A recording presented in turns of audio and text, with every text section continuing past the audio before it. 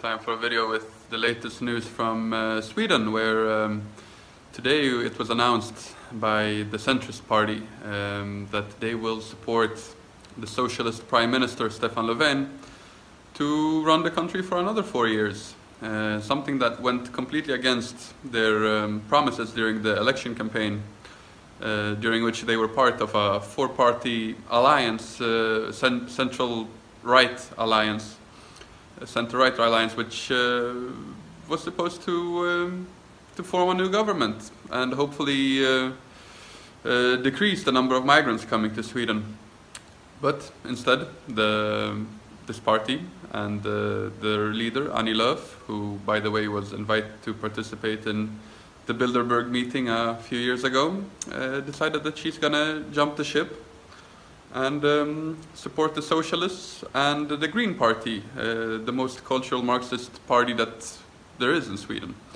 So instead they have negotiated a new deal which will increase the number of migrants coming to Sweden, because it will allow migrants to again bring their entire families over.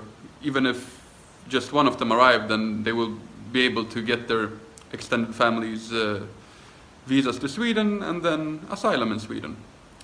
The mainstream right, the so-called moderate party, the Christian Democrats, are outraged, and you know, the thing is that people had warned these parties that the centrist party and this other liberal party that also jumped the ship were not to be trusted.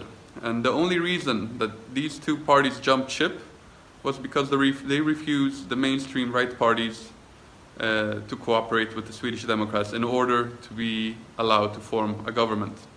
So it turns out that it's more important for the socialists to rule, and also the old communist party of Sweden, the so-called Vänsterpartiet, will be allowed to have a saying thanks to this. So the so-called neoliberal parties just help the communists out, and mass migration to Sweden will continue. A very sad day for Sweden.